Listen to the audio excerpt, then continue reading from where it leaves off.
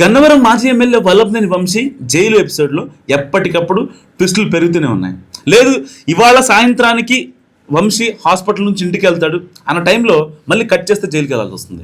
TDP తరఫున 3 సార్లు పోటీ చేసి 2 విడతలు గెలిచిన వంశీ ఓసారి వైసీపీ బీఫామ్ మీద బరిలో దిగారు. 2019లో టీడీపీ నుంచి గెలిచిన వంశీ వైసీపీలోకి జంప్ చేయడం, చంద్రబాబు లోకేష్ మీద హద్దుమీరి మాట్లాడడంతో హిట్ లిస్టులోకి వెళ్ళిపోయారు. సో తాము అధికారంలోకి వచ్చాక వంశీని ఖచ్చితంగా టార్గెట్ చేస్తామని అప్పట్లోనే హెచ్చరించాయి టీడీపీ శ్రేణులు. రాష్ట్రంలో అధికారం మారాక ఇక వంశీకి గడ్డుకాలమేనని అనుకుంటున్న టైంలోనే ఈ ఏడాది ఫిబ్రవరి 13న ఓ కిడ్నాప్ కేసులో వంశీని అరెస్ట్ చేశారు పోలీసులు. ఇక అప్పటి నుంచి వరుస కేసులు పిటి వారెంట్స్తో ఆ జైలుకు ఈ జైలుకు మారుతూనే ఉన్నారు వంశీ. ఒక కేసులో బెయిల్ వచ్చినా మరో కేసులో అరెస్ట్ అవుతూ ఆయన సుమారు 105 రోజుల నుంచి జైల్లోనే ఉన్నారు. సో టీడీపీ కార్యాలయంపై దాడి కేసులో ఇటీవల బెయిల్ వచ్చింది ఆయనకు. దీంతో ఓకే రిలీజ్ అవుతారని భావించారు చాలా మంది. అయితే అదే సమయంలో బాపులపాడులో నకిలీ ఇళ్ల పట్టాలను పంపిణీ చేశారంటూ గతంలో నమోదైన కేసుకు సంబంధించిన పిటి వారెంట్ దాఖలు చేశారు పోలీసులు. అదే రోజున గతంలో అక్రమ మైనింగ్ చేశారంటూ మరోవైపు కూడా కేసు నమోదైంది మాజీ ఎమ్మెల్యే మీద. దీంతో వంశీ బయటకు వస్తారని ఎదురు చూస్తున్న ఆయన వర్గానికి గట్టి షాక్ తగిలింది.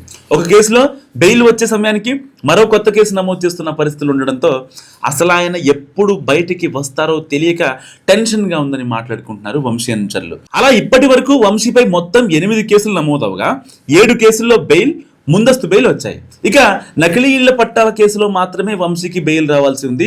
ఇది కూడా వచ్చే వారం క్లియర్ అవుతుందని ఆశగా ఉందట ఆయన అనుచరులకు. సరిగ్గా ఇక్కడే వాళ్ళని ఇంకో టెన్షన్ వెంటాడుతోంది.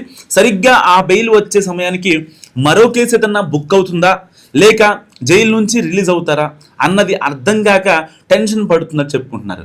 మళ్ళీ కొత్త కేసులేవి బుక్ అవ్వకుంటే మాత్రమే, అంటే మళ్ళీ ఇంకో కేసు ఏదన్నా అంటే కూటమి వ్యూహం ఇంప్లిమెంట్ అవ్వకపోతేనే విడుదలకు అవకాశం ఉంటుంది.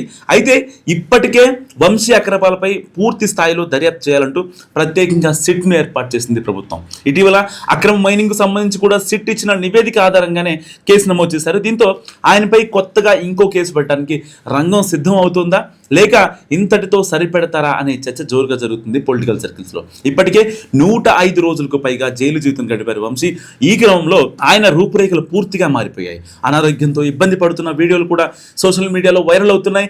ఆయన సమస్యలు తెలుసుకుని మెరుగైన వైద్యం చేయించమని కూడా హైకోర్టు ఆదేశించింది. అటు వంశీకి సానుభూతి రాకుండా ఆయన వ్యతిరేక వర్గం ఎప్పటికప్పుడు సోషల్ మీడియా పోస్టింగ్స్తో అడ్డుకుంటున్నట్టు కూడా చెప్పుకుంటున్నారు. ఇలాంటి వాతావరణంలో గన్నవరం మాజీ ఎమ్మెల్యే మీద మరో కేసు బుక్ అవుతుందా లేక నకిలీ ఇళ్ల పట్టాల కేసులో బెయిల్ వస్తే వదిలేస్తారా అని ఆసక్తిగా గమనిస్తున్నాయి ఆంధ్రప్రదేశ్ రాజకీయ వర్గాలు.